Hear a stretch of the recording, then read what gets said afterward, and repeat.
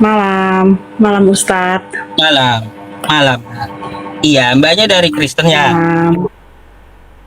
Mm-mm. Katolik Ustadz.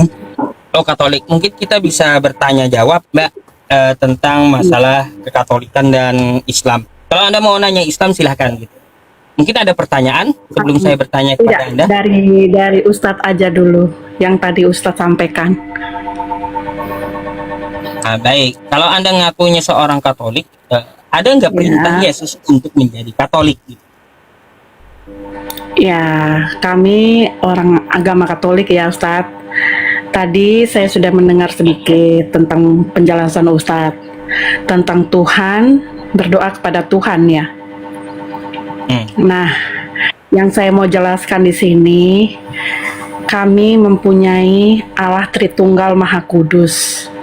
Dalam satu ada tiga, Bapa, Putra, dan Roh Kudus Ustadz.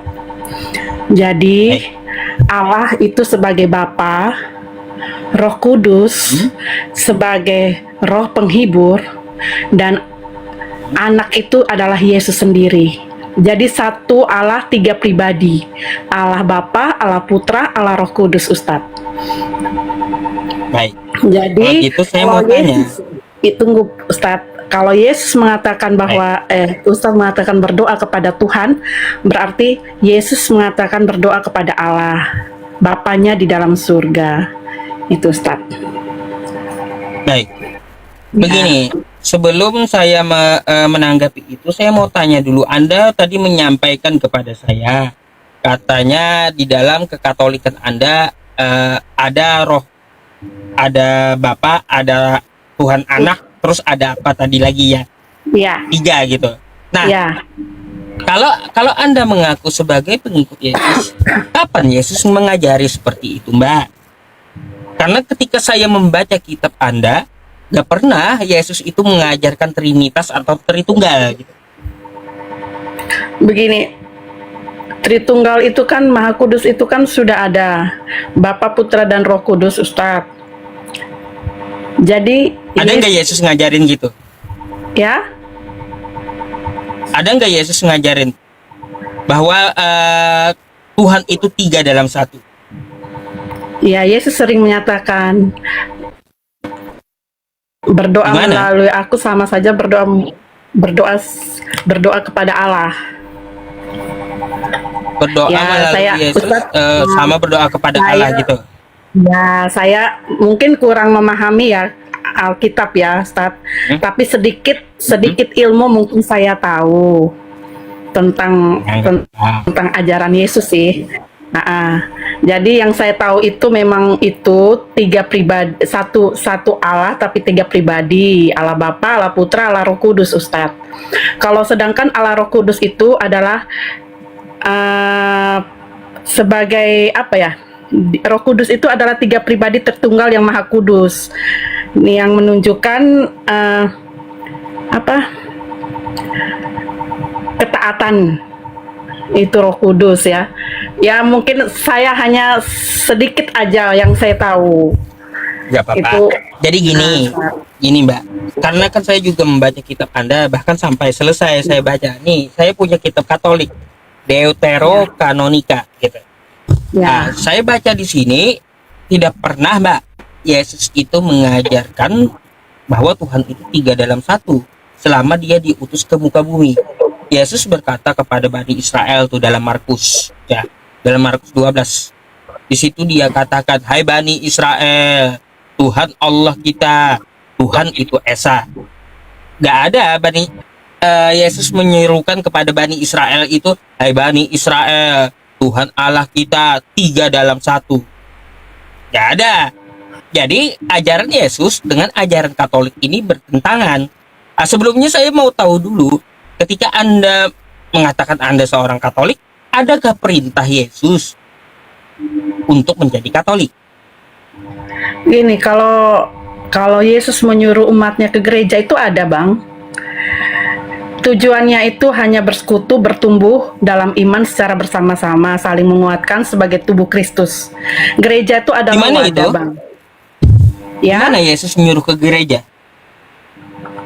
Itu Yesus menyuruh ke gereja itu kan hanya ini, maksudnya firman-Nya. Dia mengajak kita ke gereja itu untuk bertumbuh, bersekutu, dan secara bersama-sama saling menguatkan satu tubuh Kristus. Gereja itu kan hanya adalah wadah di mana tempat beribadah bersama. Ada nggak, Mbak?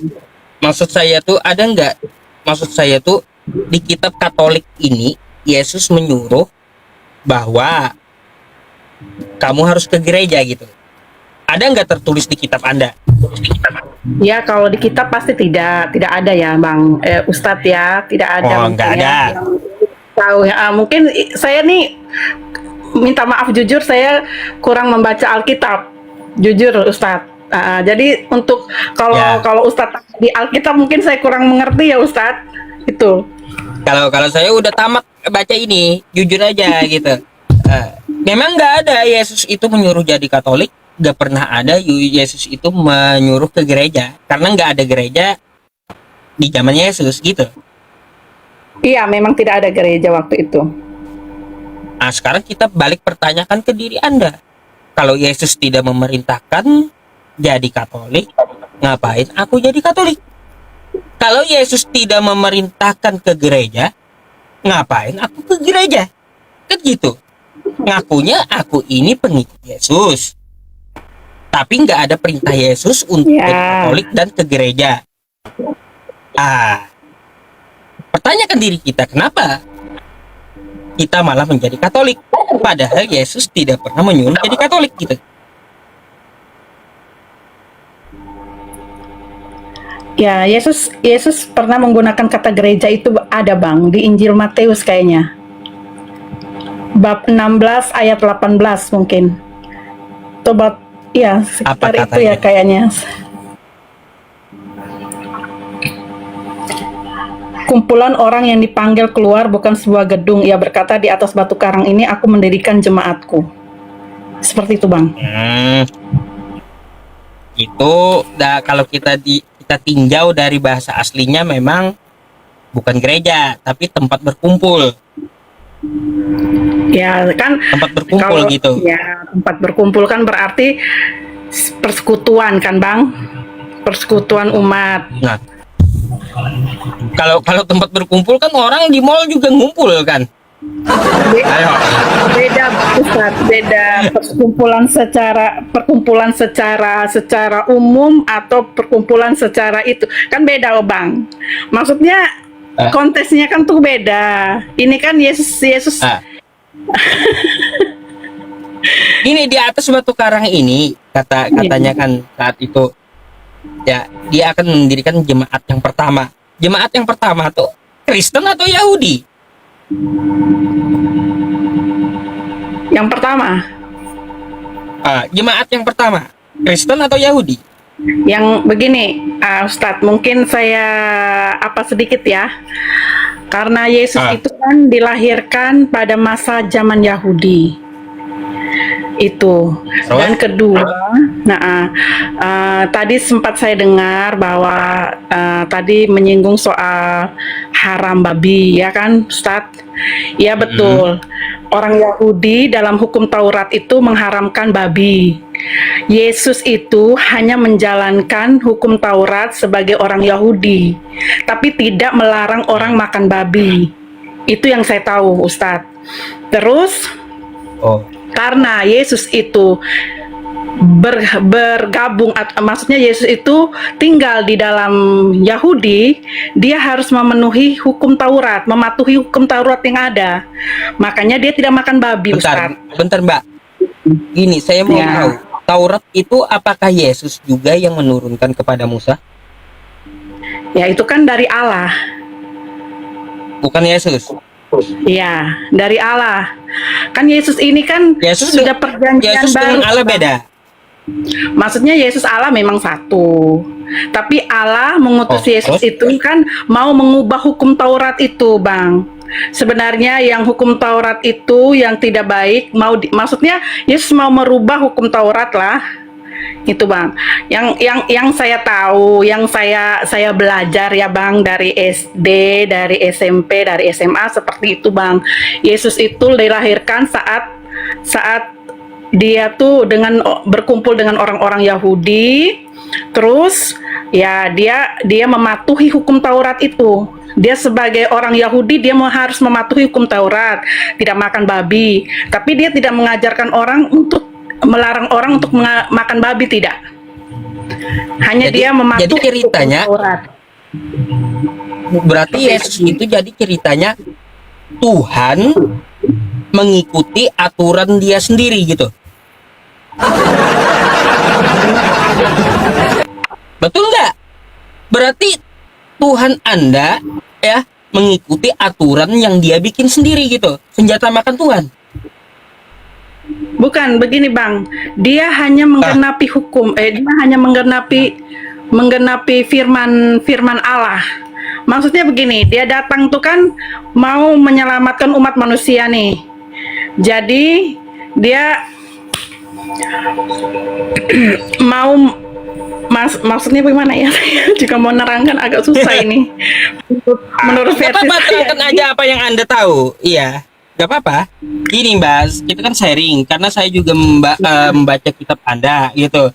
Karena apa-apa yang diajarkan kekatolikan itu berbeda dengan yang diajarkan oleh Yesus gitu. Jujur aja saya. Beda. Ya apa yang diajarkan kekatolikan itu beda antara langit dan bumi. Pengajarannya dengan pengajaran Yesus. Gini Mbak, ya ketika saya membaca di kitab Anda di Lukas 4 nomor 8. Kata Yesus, hai Bani Israel, bukan Bani Israel, ada tertulis, engkau harus menyembah Tuhan Allahmu saja dan kepada Dia saja engkau berbakti. Yesus menyuruh menyembah Allah, tapi tiba-tiba Katolik malah menyembah Yesusnya. Kan nggak nyambung gitu. Itu satu.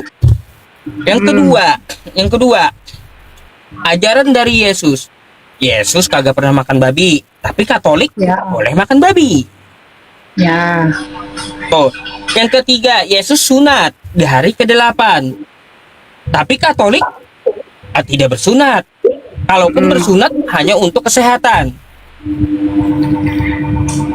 Ya, yang itu Terus, tadi tuh. Apalagi? Maksudnya itu tadi yang saya bilang. Yesus tuh kan dia kan datang lahir di zaman orang Yahudi. Dia hanya menggenapi hukum maksudnya dia tuh menuruti hukum Taurat aja, mengikuti hukum Taurat yang ada. Ya, disunat. Terus haram makan babi. Ya, itu. Makanya, tapi dia tidak mengajarkan orang tidak makan babi, tidak Ustadz. Hanya dia, kalau kami Katolik, mungkin kami mengikuti makan babi itu karena Yesus sudah menggenapi semua. Maksudnya menggenapi tentang kedatangan dia menyelamatkan kami. Jadi sekarang kan bagaimana ya menjelaskannya, ini susah ini saya. Jadi gini. Satu poin dulu. Kata Yesus di Lukas 4 nomor 8, sembahlah Allah. Lalu Anda menyembah siapa? Ya menyembah Bapa di surga, Allah. Bukan menyembah Yesus. Kan Yesus Allah itu sama, Ustadz. Satu pribadi, satu Allah, tiga pribadi. Allah Bapa, Allah Putra, Allah Roh Kudus, Ustadz. Kalau gitu, pernahkah Yesus ngomong aku adalah Allah? Atau Bapa ngomong aku adalah Yesus? Maksudnya Yesus pernah berkata, kalau kalian berdoa kepada Bapa, sama saja kalian berdoa kepadaku. Ada itu di kitab suci ya. Kalau saya tidak pernah. Gini ya. Yesus tidak pernah mengaku dirinya Allah. Tidak pernah. Yesus mengakui bahwa Allah itu adalah Tuhannya. Coba Anda buka Yohanes 17 nomor 8.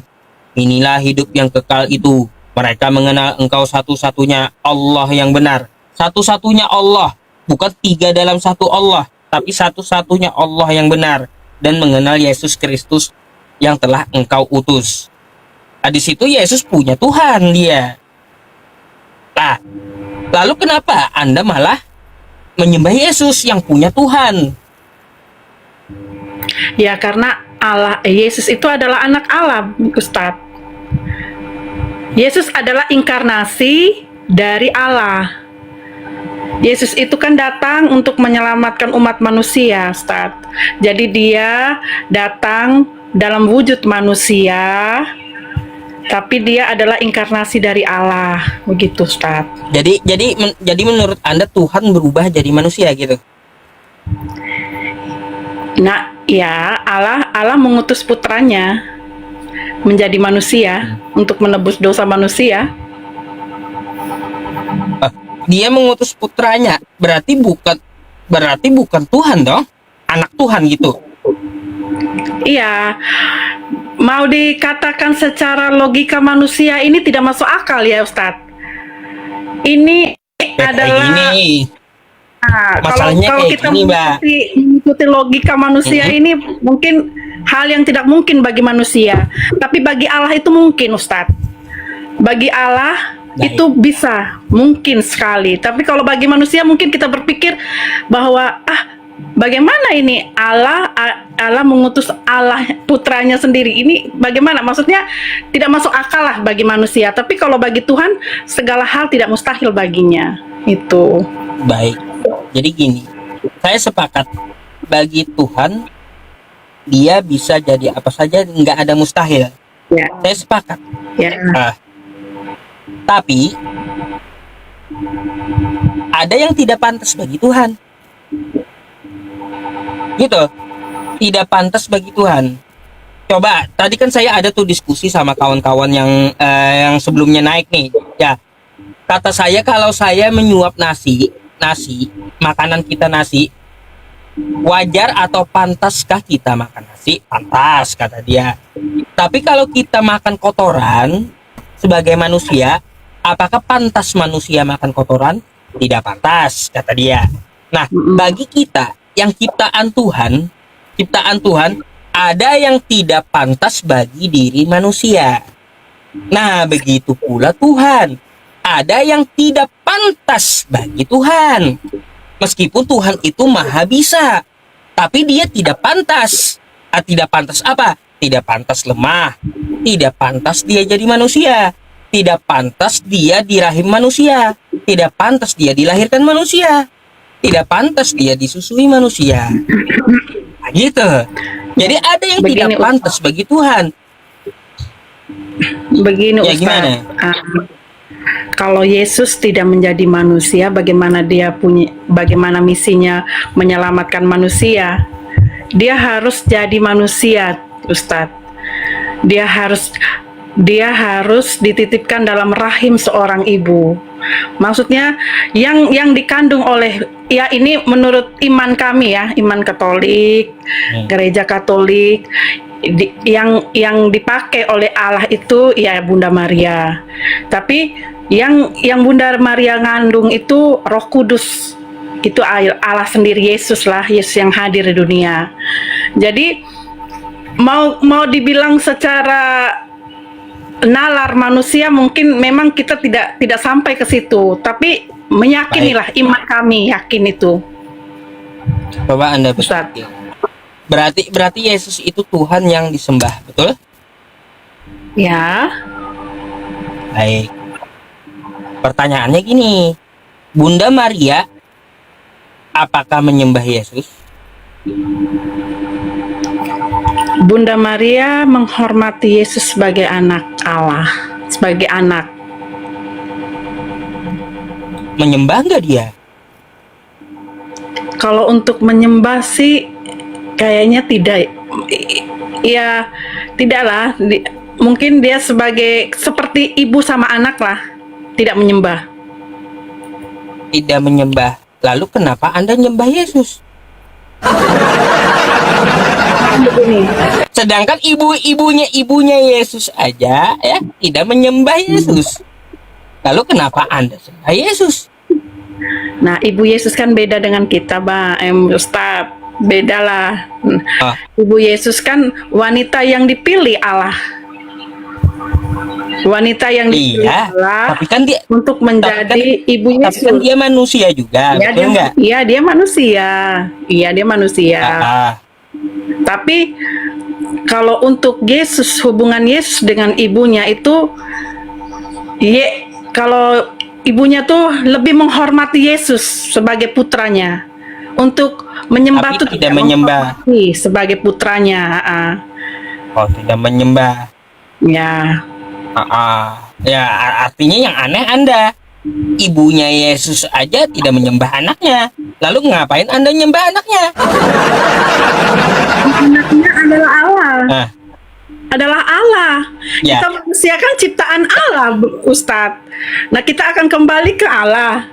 Nah, kita menyembah Allah. Begitu, Ustadz. Ah. Kita kan manusia. Ya, Manusia wajar lah menyembah Allah. Seperti Ustadz kalau menyembah wajar. kalau Gitu. kalau menyembah Allah itu kenapa harus lewat Yesus gitu? Ya, karena Yesus itu sudah saya katakan tadi. Allah kan tiga pribadi nih, Bapa, Putra, Roh Kudus. Kita bisa menyembah Allah, bisa menyembah Bapa, bisa menyembah Yesus, bisa menyembah Roh Kudus. Kan tiga pribadi dalam satu. Tuh, Ustadz. Aduh. Ya, kalau yang seperti itu ya kata Anda seperti itu, pertama, kritiknya tidak pernah Yesus mengajarkan Allah itu tiga dalam satu. Kalau kita mengakui sebagai pengikut Yesus, ya, kita maka akan mengikuti apa yang seperti Yesus sampaikan. Allah itu esa, bukan satu, bukan tiga dalam satu. Nah, coba saya mau ajak Anda berpikir juga sedikit. Nah, Kira-kira nih, menurut pemikiran Anda, ya, pantaskah yang namanya Tuhan dikalahkan oleh makhluknya? gimana Ustadz? Ulang. Gini, menurut Anda wajar nggak? Bisa nggak Tuhan itu kalah dengan makhluknya?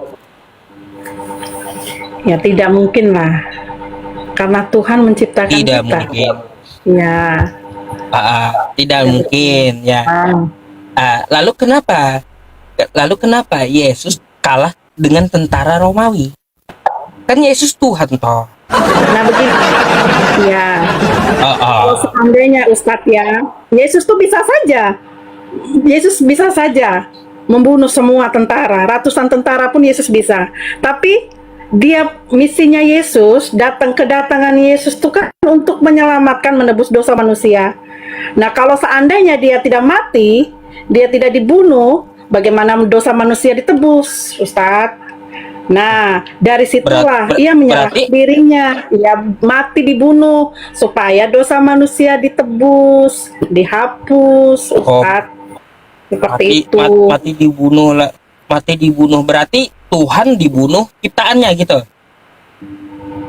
Iya, kan Yesus kan. Waduh. Yesus kan sudah menjadi manusia nih. Bingung saya. Tuhan dibunuh ciptaannya gitu. Begini, Yesus itu kan sudah menjadi manusia nih. Manusia seperti kita nih. Nah, Yesus kalau mau dibilang secara logika ya bagaimana ya Ustadz ya. Tapi memang kedatangan Yesus itu sudah tertulis sih sebenarnya. Sudah tertulis dalam kitab. Nah, jadi mau kita secara akal sehat juga kita mengimani saja karena kedatangan Yesus itu memang tujuannya untuk menebus dosa manusia, untuk datang untuk menebus dosa Ustadz. Kalau seandainya Yesus melawan, Yesus bisa saja Yesus melawan, bisa saja Yesus membunuh orang, atau bisa. Tapi kembali lagi ajaran-ajaran Yesus nih.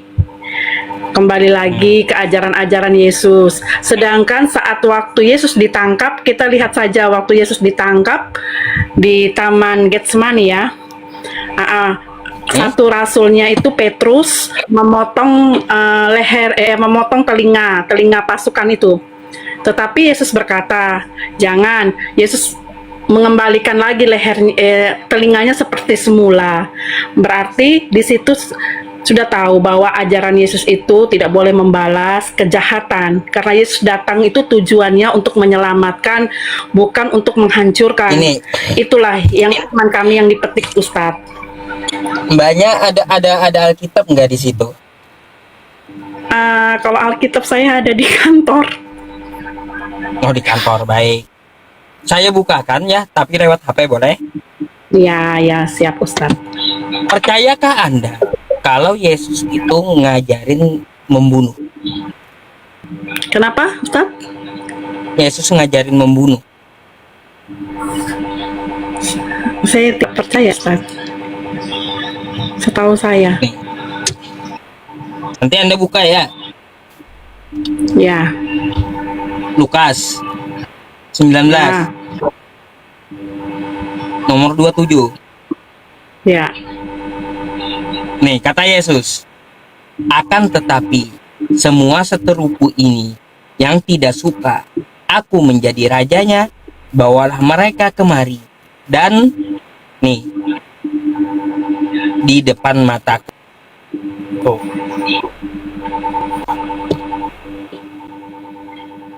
Coba dari atas, Ustadz, saya lihat. Nih. Perikopnya apa? Perikopnya apa, Ustadz? Zakheus. Bentar. Perumpamaan tentang uang mina. Ini perumpamaannya di sini nih.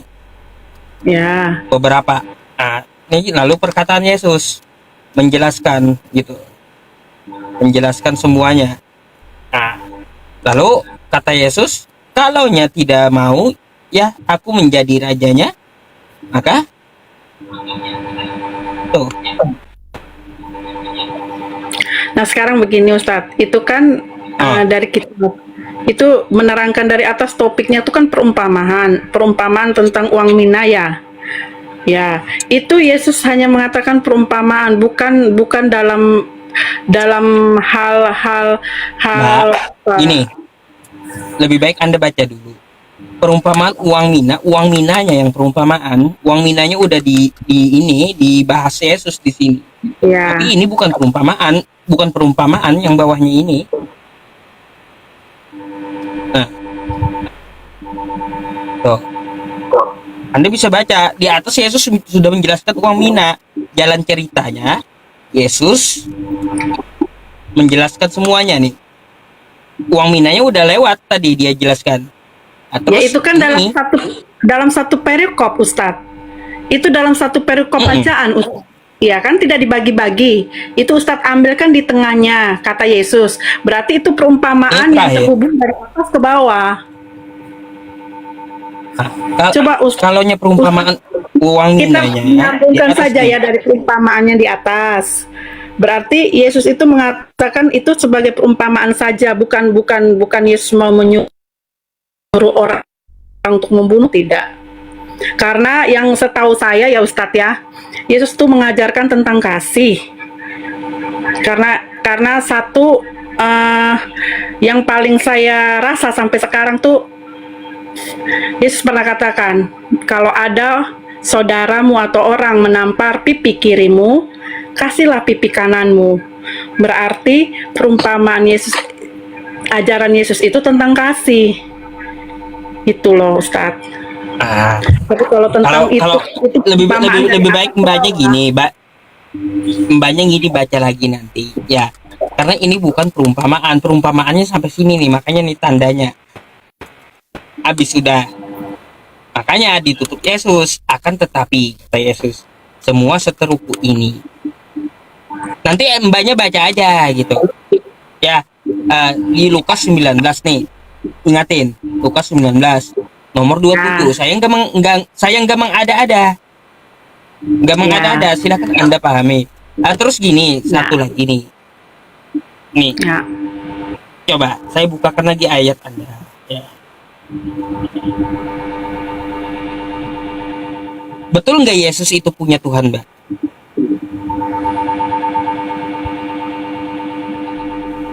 Nih, nih, Matius 11, Ya, oke? Nomor Ya. 25. Pada waktu itu berkatalah Yesus, "Aku bersyukur kepadamu Bapa, Tuhan langit dan bumi." Berarti di sini Yesus punya Tuhan, betul? ya Allah, Allah Bapa, Yesus Allah Tuhan. surga. Jadi ceritanya Tuhan punya Tuhan gitu. Begini, Yesus itu kan dari anak. Anak berarti dia tidak mungkin melanggar Allah, melanggar Bapaknya. Jadi Tahu. dia adalah perantara umat manusia kepada Bapaknya di surga. Maksudnya begini, Ustaz. Jadi begini, tahu. Ustaz. Dia tidak mau bahwa dia tuh dikatakan Allah. Dia memang Tuhan, tapi ada Bapaknya yang lebih tinggi. Bapaknya di surga. Ya, Itu, Ustaz. artinya kan penjelasan Anda itu Tuhan mempunyai Tuhan, betul? Bukan Tuhan mempunyai Tuhan, Ustaz. Maksudnya Ya, gimana? Kata-kata Anda tadi Yesus itu Tuhan, Bukan. kan gitu. Bukan, Ternyata Yesus punya Tuhan lagi nih. bukan begitu, bukan Yesus itu kan Allah, anak Allah nih, kayak kita, kayak contoh ya manusia. Saya punya bapak. Nah, kalau orang izin barang bapak saya, bilang, Mbak, tolong aku minta pinjam barang ini, barang papamu. Terus pasti kan saya bilang, ya ngomong sama papa saya, karena itu barangnya papa saya. Sama seperti Yesus. Yesus seperti itu. Saya tanya, Contohnya saya saja, tanya gini Bang, ya, dulu, Mbak. contoh logikanya saja, Bang, seperti itu. Anak sama bapak, berarti Yesus tuh sama bapaknya di atas. Tuh, Bang. Jadi gini, Mbak. Jadi begini, saya mau tanya dulu, Yesus ini Tuhan atau bukan? Yesus Tuhan? Tuhan. Ya. Nah, Bapak ini Tuhan atau bukan? Bapak itu Allah. Ya, Tuhan atau bukan? Kalau mau dibilang Tuhan, tidak, Allah dia. Nah, ini kata Yesus Bapak itu Tuhan. Iya, Jadi Yesus ini Tuhan, Bapak ini Tuhan, ada berapa Tuhan, Mbak? ya itulah makanya Ustadz saya bilang kalau memang logikanya kita manusia ini memang tidak maksudnya untuk kita manusia ini tidak bisa dijangkau ya. Allah ini kan maha tinggi. Jadi mau dibilang apa ya? Mau bilang di apa ya Ustadz ya? Ya seperti itulah Allah tuh ada 3 pribadi yang menurut saya tahu lah Ustadz, dari saya SD ajaran Katolik ini yang saya tahu dari sekolah kami sekolah ini ya, ajaran itu ya memang Allah tuh ada 3, Tritunggal Maha Kudus, Bapa, Putra dan Roh Kudus. Allah itu satu, cuman ada 3 pribadi. Ada 3 pribadi, sebagai Allah, sebagai Putra, sebagai Roh Kudus, gitu. Baik, ini itu doktrin Katolik saya tahu, Mbak. Ya. Yang saya pertanyakan nih di dalam Bible Anda, menurut pemahaman Anda, Yesus ini Tuhan atau bukan? Kata Anda Tuhan, betul? Ya. Nah, di sini ada juga Bapa. Bapa ini adalah Tuhan, kata Yesus. Bapa ini Tuhan, betul nggak? Ya. Jadi di sini ada berapa Tuhan? Ya satu Tuhan aja. Lah, kan ada Yesus Tuhan dan Bapa juga Tuhan. Kenapa satu aja Tuhannya? Ya kan tadi sudah saya bilang Ada satu 2. Allah. Tadi kan saya sudah bilang Bang, satu Allah 3 pribadi, Ustaz. Waduh. Makanya Nggak pernah mau ya dibilang- ngajarin Ini, kayak gitu. mau dibilang secara logika manusia sih memang kita kadang orang bilang mumet, maksudnya muter-muter kita nggak ngerti, tapi memang itu sudah yang terjadi, yang kami tahu, itulah Ustaz. Makanya saya cuma meluruskan saja. Gini Mbak, saya berpesan kepada Anda ya. Yesus tidak pernah mengajarkan Katolik, Yesus tidak pernah mengenal Katolik, dan Yesus tidak pernah sama sekali menyuruh jadi Katolik, dan Yesus tidak pernah menyuruh ke gereja. Saya harap Anda pelajari kitab Anda sesuai yang dikatakan oleh Yesus gitu. Bukan yang dikatakan oleh gereja Anda atau dikatakan oleh pendeta Anda. Karena ajaran Katolik dengan ajaran Yesus itu antara langit dan bumi, kebalikannya masalahnya. Saya udah baca di sini di Alkitab Anda. Makanya ketika saya bertanya kepada Anda, kan bingung jadinya gitu. Ada berapa Tuhan? Padahal Yesus mengajarkan dalam Markus 12 tuh, ya nomor 29. Hai Bani Israel, Tuhan Allah kita, Tuhan itu Esa. Kata Yesus, kalau kamu mau ingin hidup yang kekal, maka akui dia bukan Tuhan. Tuh, di Yohanes 17 nomor 8. Inilah hidup yang kekal itu, kata Yesus. Mereka mengenal engkau satu-satunya Allah. Satu-satunya Allah. Bukan 3 dalam 1. Satu-satunya Allah yang benar. Dan mengenal Yesus sebagai hambanya. Sebagai utusannya. Atau gak patut kalau kita katakan bahwa Tuhan punya Tuhan. Gak patut kayak gitu. Tuhan itu maha segalanya. Itu adalah sesuatu yang salah dalam konsep yang Anda pelajari di gereja Anda. Gitu. Oke, Bang. Saya bukan ini. Bukan apa ya, Mbak ya? Bukan menyuruh Anda jadi apa, bukan. Maksud saya ini baik pelajari kitab Anda gitu. Apa yang dikatakan Yesus, itulah yang Anda ikuti. Karena jujur aja, Mbak, ketika saya membaca kitab Anda nih, ya, di dalam Matius 7, malah orang yang menuhankan Yesus, yang menyebut Yesus itu Tuhan, dan yang memakai nama Yesus, itu akan diusir oleh Yesus. Kalau Anda mau, buka Matius nih, coba saya bacakan buat Anda nih. Karena jauh ajaran Katolik dengan ajaran Yesus. Nih, mari kita baca ya Mbak ya. Matius 7 nomor 21. Bukan setiap orang, ya, ini setiap orang yang berseru kepadaku, kata Yesus, Tuhan, Tuhan.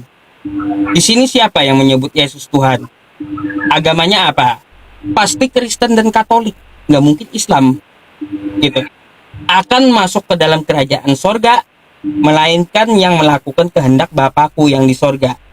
Ada nggak kehendak Bapa ini agar Anda menyembah Yesus? Gak pernah ada. Ada gak kehendak Bapa di sorga itu agar Yesus itu disalibkan? Gak pernah ada. Gak pernah ada Bapa yang di sorga menyuruh agar manusia menyembah dan menuhankan Yesus. Gak pernah ada. Mari lanjut nih. Pada hari terakhir, kata Yesus, banyak orang akan berseru kepadaku, Tuhan, Tuhan. Ini Kristen dan Katolik nih yang manggil Yesus Tuhan. Bukankah kami bernubuat demi namamu dan mengusir setan demi namamu, kata orang Kristen dan Katolik, dan mengadakan banyak mukjizat demi namamu juga? Lalu apa jawaban Yesus? Nih jawaban Yesus. Pada waktu itulah aku akan berterus terang kepada mereka dan berkata, aku tidak pernah mengenal kamu.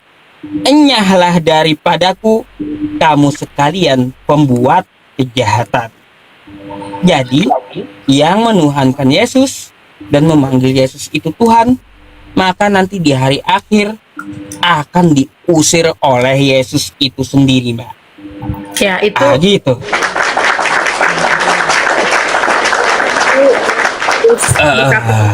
Yesus berkata itu kepada orang-orang Farisi. Itu kepada orang-orang. Baca dulu, bukan Farisi itu. Matius 7. Nanti salah konteks Anda. Matius 7 dari 15. Bukan masalah orang Farisi. Ya, itu kan Itu kan Yesus mengatakan kepada orang-orang yang tidak percaya kepada Yesus.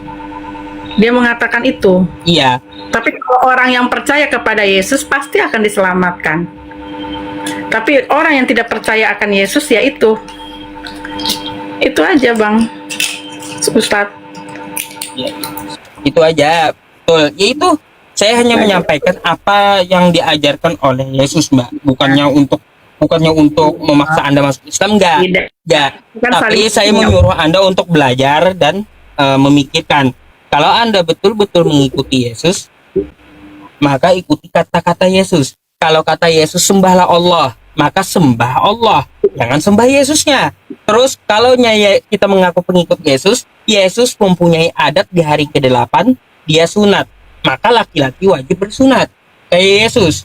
Terus kalau Yesus tidak pernah mencontohkan makan babi selama dia diutus, gak perlu kita makan babi. Terus kalau Yesus mencontohkan minta kepada Bapa dengan cara sujud, lalu berdoa, angkat tangan, gitu, maka kita tiru, kita juga sujud, lalu berdoa. Ah gitu. Jadi kalau kita ngaku pengikut Yesus, bagaimana Yesus Bang. itu hidup, kita ikuti gitu. Ustadz, selain disunat, Oh. Yesus juga dibaptis Iya. di Sungai Yordan. Yohanes Pembaptis, iya. Nah, Ya, tapi ada Yesus dari juga Yesus dibaptis. membaptis orang. Gak pernah ada. Baptis itu adalah penyucian. Memangnya salah apa kalau Yesus dibaptis? Punya salah apa Yesus dibaptis coba? Nah, begini Ustadz. Yang ya kita kembali lagi ke tadi yang saya bilang ya Ustadz, yang tadi bilang Yesus disunat. Terus Yesus tidak makan babi. Ya, memang karena Yesus itu berada di zamannya orang Yahudi yang mentaati hukum Taurat. Jadi Yesus mengikuti orang Yahudi, adat istiadat orang Yahudi. Waktu itu kan waktu itu ya tidak ada agamanya belum ada itu. Masih hukum Taurat. Ada agama yang diajarkan oleh Yesus. Ya, maksudnya kan belum ada kita Katolik, Kristen. Belum ada itu. Coba Anda buka Matius 5 nomor 20. Nih, saya bacakan sama Anda. Ada agama yang dibawa Yesus.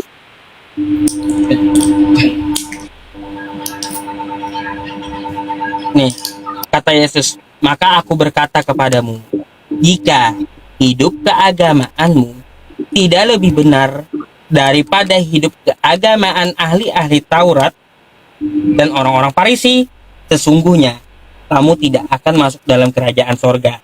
Di sini kata Yesus, jika hidup keagamaanmu. Ini dia ngomong sama murid-muridnya. Nah, itu Yesus Matius lagi kan, ngomong Bang? sama murid-muridnya. Iya, Matius 5. Yesus lagi ngomong sama murid-muridnya. Kata Yesus, jika hidup keagamaanmu tidak lebih benar ya, tidak lebih benar daripada ahli-ahli Taurat, maka kamu nggak akan masuk surga, kata Yesus. Jadi agama apa yang diajarkan Yesus kepada muridnya nih? Itu Injil Perjanjian Baru, iya kan, Ustadz? Nggak, agamanya apa yang dibawa Yesus?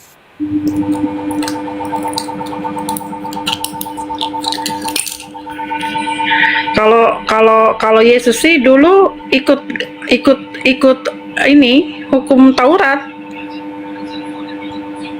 Ini ada Yesus bawa agama. Dia ngomong sama muridnya, jika hidup keagamaanmu. Itu kan sesudah Yesus mati kan, Injil Matius itu. Enggak. Kitab suci Perjanjian ada Baru. Yesus waktu Yesus ada diutus di Nazaret. Apa ya agama yang dibawa Yesus?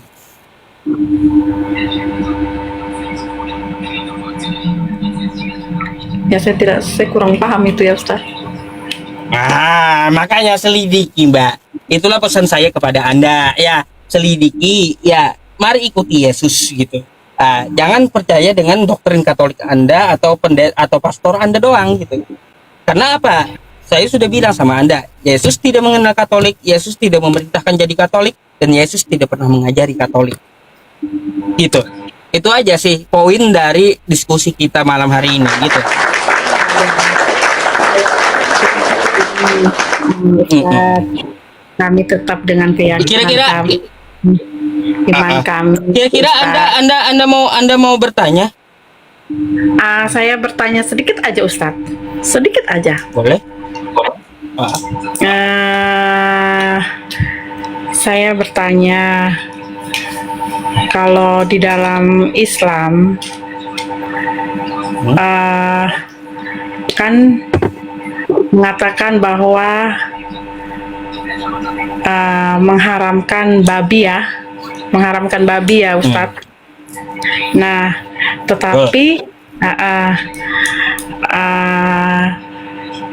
dalam ajaran Islam, Nabi Muhammad mengajarkan umatnya untuk ini tidak penghinaan ya Ustadz, kita hanya ngomong Enggak. Ini bertanya silakan bebas bertanya. Nah, Kalau ada orang Islam macam-macam laporin saya gitu. mengajarkan silakan bahwa nanya. kita harus minum kencing unta nih.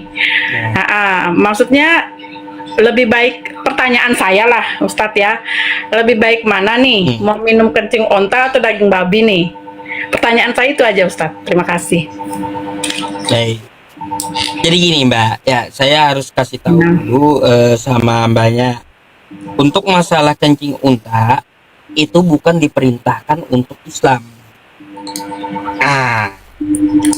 Jadi bukan, Nabi kami itu bukan memerintahkan umatnya untuk minum kencing unta. Enggak, salah paham Anda.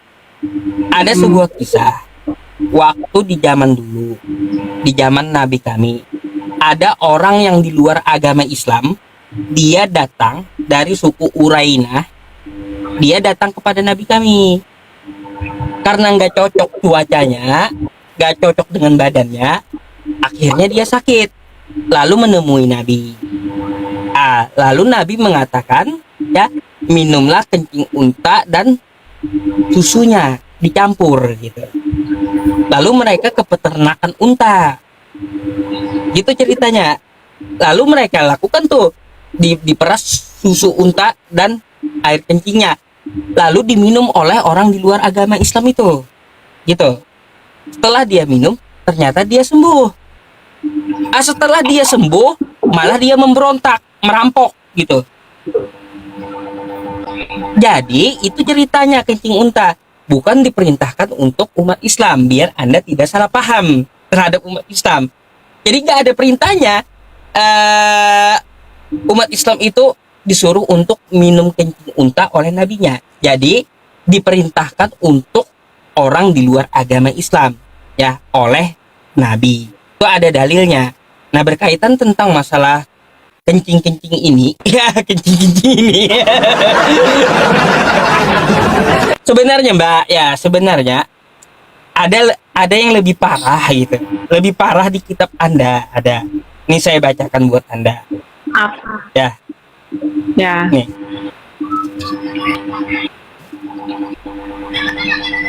Ini nanti Anda buka ya. 2 Raja-Raja. Oke? Ya. 2 Raja-Raja Oke. nomor 18, nomor 27. Nih mari kita baca. Pelan-pelan ya. Tetapi juru minuman agung berkata kepada mereka, "Adakah tuanku mengutus aku untuk mengucapkan perkataan-perkataan ini hanya kepada tuanmu dan kepadamu saja?" Nih, lanjut. "Bukankah juga kepada orang-orang yang duduk di atas tembok, yang makan ee-nya tuh, dan meminum air kencingnya bersama-sama dengan kamu?" Ini di kitab Kristen. Sekarang saya mau balik tanya gitu sama Mbaknya. Kalau di kitab Anda ada contoh kayak gini ceritanya, anggaplah saya nyebutnya jus gitu ya. Kira-kira kalaunya kita disuguhkan, nih saya tanya sama Anda, serius. Kita disuguhkan dua benda ya, kencing unta campur susu dengan jus sendiri, kira-kira pilih yang mana? Ayo. Tadi yang Ustadz bacakan itu bukan itu hanya perumpamaan Ustadz. Perumpamaan. Itu bukan perumpamaan, itu sejarah. Enggak Ustadz. Sejarah. Itu semua kitab itu hanya berisi perumpamaan. Tidak semua itu faktanya, itu perumpamaan Ustadz. Bukan, Anda nanti baca nih, Yerusalem dikepung oleh Sanherib. Ini sejarah, bukan perumpamaan. Ada sejarahnya, orang di dalam kitab Kristen, ada orang di dalam sejarahnya di Yerusalem makan kotoran sendiri dan kencingnya sendiri gitu. Nah, saya tidak mempermasalahkan ceritanya. Terserah Anda mau perumpamaan ataupun apapun, nggak usah kita bahas mau perumpamaan atau apa saja gitu, terserah di kitab Anda, kan tertera. Cuma yang saya tanyakan, jika di kitab Anda ada contohnya ya dengan air kencing, itu kotoran dengan air kencing dicampur, lalu Anda disuguhkan pula dengan kencing unta dicampur susu, Anda pilih mana?